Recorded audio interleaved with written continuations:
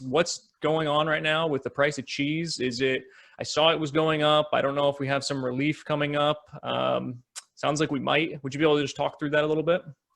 Sure. So it kind of we'll cover two different things. One is just the change that occurred, kind of, well, for two reasons. One, just the cyclical nature of the dairy market throughout the year, and then also what COVID did. But then also the price components of it is kind of a separate topic. So what's been, or I guess the calendar. What happens in dairy is, there's kind of a fixed number of cows out there. They milk them twice a day. So every cow gives kind of out the same amount of output. So it doesn't change a lot. Like, I think dairy output is supposed to increase 1.6% this year. So it's not, it's kind of a set amount of milk is coming out. And so you would think that's real stable pricing. But what happens is they got to move the price up and down to get retailers to put it on ad to push more of it. And actual consumption of milk, if you think about yourself, probably you don't drink as much fluid milk as you did as a child, or years ago there was just more milk being consumed, and now there's a lot of beverage alternatives. So you see in the grocery store, kind of what's been going on is you see more yogurt, butter choices, cheese choices, because they still got to get rid of that milk. And so, but what happens during the year is the same amount of milk's coming out pretty much all the time. Summer heat stresses cows a little bit, and there's a little less milk, but also vacations really, in hot weather, spike ice cream sales. So it's a big demand on, and so the prices go up in the summer. And then they'll kind of hold up because once school goes back in, I think there's like, probably 30-40 million school-age kids that go to school and get a half pint of milk for lunch. So that's, a big chunk of demand on those cows.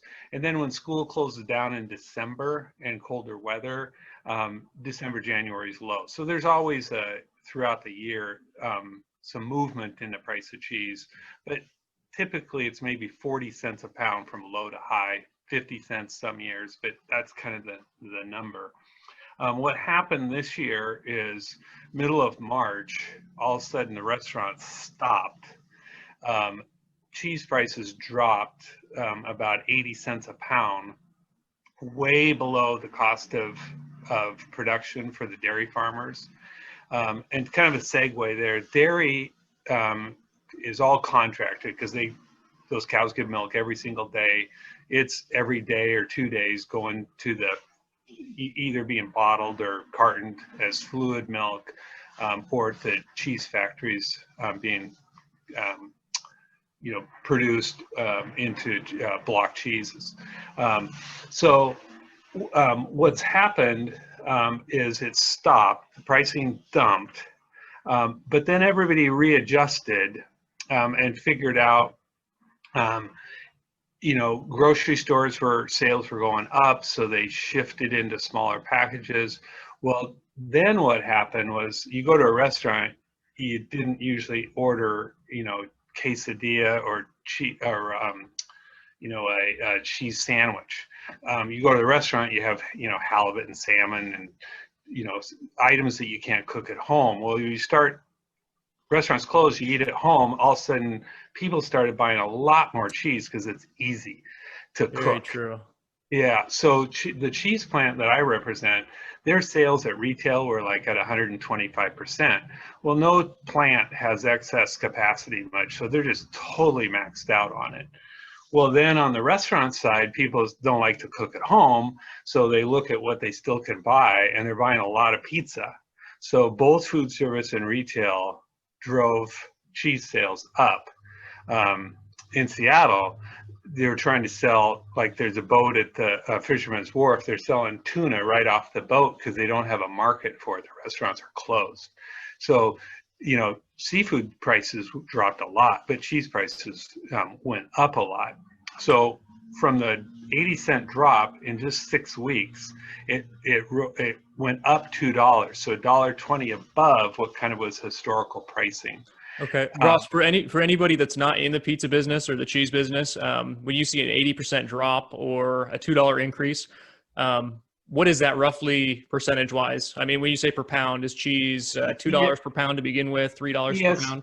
So we can. I was going to kind of segue into that way cheese really is priced, and that's probably we'll go to that now. So the dairy farmer, there's a lot of data, but dairy farmer, they're priced. The way they sell milk is for 100 pounds of milk. 100 pounds, it's 8 pounds a gallon. So you're talking about 12 gallons. 12 gallons of milk is what they sell per unit. So That's 100. that's the commodity price Yeah, of milk. 100 pounds. And if a great site to look up on is cheesereporter.com.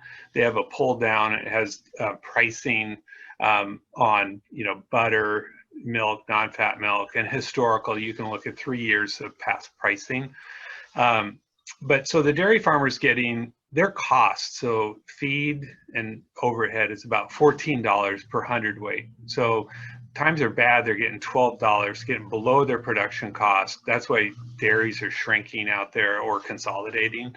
And then when it's good, they'll be, up at just above that $14. So it takes 10 pounds of milk to make 1 pound of cheese, about. So if milk is, $14 a hundredweight for 100 pounds, that's about $1.40 per pound cost to make cheese. So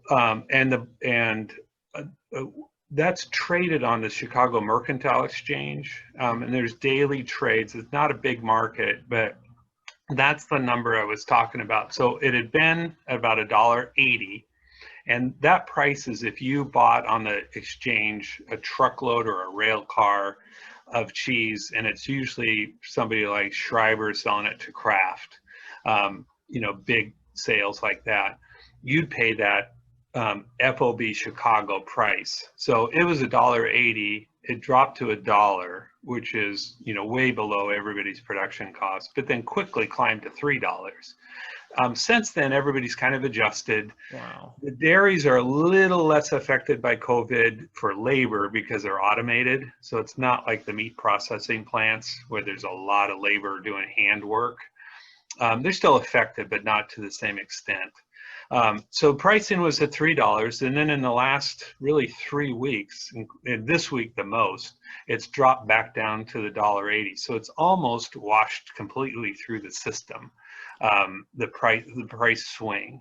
So which is great news for the pizzerias or any cheese consumer, because this is kind of how the pricing works from that Wisconsin block market or the CME market. So if it's $1, when the market was $1.80, the manufacturers may sell to ABC Distributing for about 40 cents over that block market. So if it's $1.80, they'd sell FOB their plant for $2.20.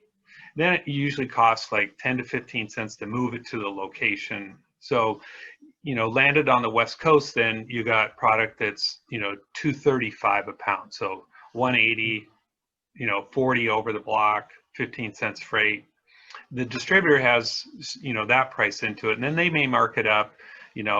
Super aggressive might be 20 cents a pound. A little better margin might be 30 cents a pound. So that's out at that. The price of say we're at $2.50 a pound. Well, that $2.50 price had dropped at 80 cents and then swung back up $2.